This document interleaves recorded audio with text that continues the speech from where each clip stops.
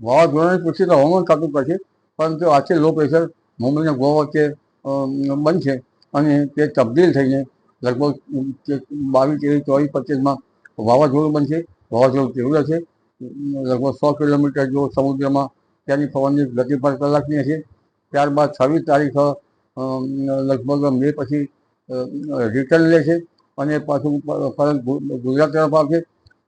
હવાનું દબાણ લગભગ 990 કે 993 કે 998 મિલીબાર છે અને સમુદ્ર પેરામીટરમાં 30 ડિગ્રી સેન્ટીગ્રેડ સમુદ્રનું ટેમ્પરેચર છે.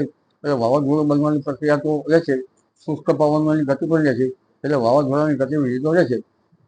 પરંતુ આ વાવાઝોડું ભારે તબાહી સુધર કરે છે અને તારીખ 26થી રિટર્ન થઈને 28, 29, 30, 31 સુધી પણ તેની અસર ગુજરાતના ભાગોમાં રહેશે અને વિવિધ ભાગોમાં ભારે વરસાદ થવાની શક્યતા રહે છે. બીજું વાવાઝોડું બંગાળ ઉપસાગરમાં 28મી લગભગ મેથી ઓનવર્ડ થશે. હાલમાં આંદોમાન નિકોબાર ટાપુ પર ભારે વરસાદ થશે અને આ વાવાઝોડાના ગતિવિધિના કારણે પશ્ચિમના પવનના કારણે ચોમાસું દક્ષિણ કેરળ કાંઠે લગભગ 28 મી આસપાસ આવવાની શક્યતા રહે. કદાચ મંદ પડી જાય તો 4થી 5મી જૂને આવવાની શક્યતા રહેશે, પરંતુ તેની ગતિવિધિના કારણે ચોમાસું વહેલું આવી શકે છે. અને એ જ મુજબ હવે આ સિસ્ટમ છે એ પશ્ચિમ અને ઉત્તર પશ્ચિમ તરફ મૂવમેન્ટ કરે તેવી પૂરી શક્યતાઓ છે. એટલે આગળ જતા આ સિસ્ટમ છે લો પ્રેશરમાંથી મજબૂત થઈ અને ડિપ્રેશન, ડીપ ડિપ્રેશન અને સાયક્લોન પણ બની શકે છે. એટલે સાયક્લોન બનવાના ચાન્સ વધી રહ્યા છે. અરબ સાગરની અંદર જો આ સાયક્લોન બનશે તો શ્રીલંકા દેશ તરફથી આનું નામ આપવામાં આવશે અને આ સાયક્લોનનું નામ હશે શક્તિ. હવે ખાસ કરીને અત્યારે તો અમે સતત આ સિસ્ટમ ઉપર નજર રાખી રહ્યા છીએ. અત્યારે જે પ્રમાણે આની મૂવમેન્ટ દેખાઈ રહી છે, અલગ અલગ મોડેલોની અંદર હજી ઘણા બધા મતાંતર છે, કેમ કે અમે જે પ્રમાણે સેટેલાઇટથી આને જે ટ્રેકિંગ કરી રહ્યા છીએ એ મુજબ અલગ અલગ મોડેલો છે, અલગ અલગ એની દિશાઓ બતાવી રહ્યું છે.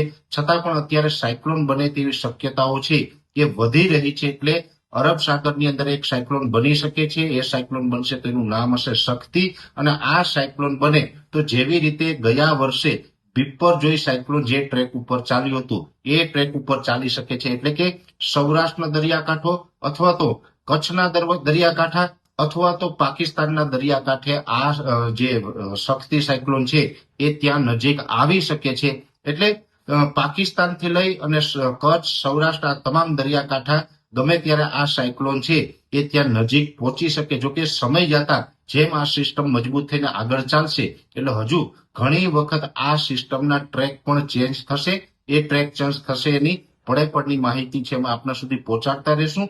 ખાસ કરીને હવે આ સિસ્ટમ છે એ સાયક્લોનનું સ્વરૂપ લે તેવી શક્યતાઓ વધી રહી છે અને મહત્વની વાત એ પણ છે કે આ સાયક્લોન પર થોડુંક વધુ મજબૂત બનશે, કેમ કે સામાન્ય રીતે જે અન્ય સાયક્લોનો હોય છે એ જ્યારે સમુદ્રમાં બનીને આગળ ગતિ કરતા હોય છે એની ગતિ થોડીક વધારે હોય છે, પણ આ એકદમ ધીમી ગતિએ આ સિસ્ટમ ચાલવાની છે.